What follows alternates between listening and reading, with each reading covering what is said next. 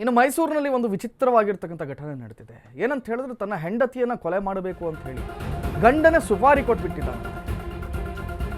ಇಬ್ಬರು ಆರೋಪಿಗಳು ಸೇರಿ ಇದೀಗ ಪತಿ ಮಹೇಶ್ ಕೂಡ ಅಂಧರಾಗಿದ್ದಾರೆ. ಮೈಸೂರು ಜಿಲ್ಲೆಯ BM ಶ್ರೀ ನಗರದಲ್ಲಿ ನಡೆದಿರ್ತಕ್ಕಂತಹ ಘಟನೆ ಇದು. ಪತ್ನಿ ನಾಗರತ್ನ ವರ್ತನೆಗೆ ಆತ ಬೇಸತ್ತಿದ್ದಂತೆ ಪತಿ ಮಹೇಶ್.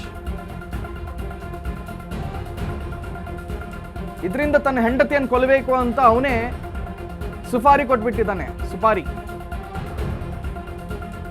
ಪಾನಿಪುರಿ ವ್ಯಾಪಾರ ಮಾಡ್ತಾ ಇದ್ದಂತಹ ಪತಿ ಮಹೇಶ್ ಈ ದುಡ್ಡಿನಲ್ಲಿ ಹೆಂಡತಿ ಗಂಡನ ಸಂಪಾದನೆಯಲ್ಲಿ ಬಡ್ಡಿಗೆ ಬಿಟ್ಟು ಹಣ ಮಾಡ್ತಿದ್ಲಂತೆ. ಪತ್ನಿ ಗಂಡನಿಗೆ ಮರ್ಯಾದೆ ಕೊಡದ ಹಿನ್ನೆಲೆಯಲ್ಲಿ ಕೊಲೆಗೆ ಪ್ಲಾನ್ ಮಾಡಲಾಗಿದೆ ಅನ್ನುವಂಥ ಅಂಶಗಳು ಇದೀಗ ಬೆಳಕಿಗೆ ಬರ್ತಾ ಇದೆ. ಪೆಟ್ರೋಲ್ ಸುರಿದು ಬೆಂಕಿ ಹಾಕಲು ಯತ್ನಿಸಲು ಸುಪಾರಿ ಕೊಟ್ಟಿದ್ದಾರೆ. ಗಂಡನ ಕೊಲ್ಲುವಂತೆ ಸುಪಾರಿ ನೀಡಿದ್ದು ತನಿಖೆಯ ನಂತರ ಬೆಳಕಿಗೆ ಬಂದಿದೆ. ಮೇಟಗಳ್ಳಿ ಪೊಲೀಸ್ ಠಾಣೆಯಲ್ಲಿ ದೂರು ದಾಖಲಾಗಿದೆ.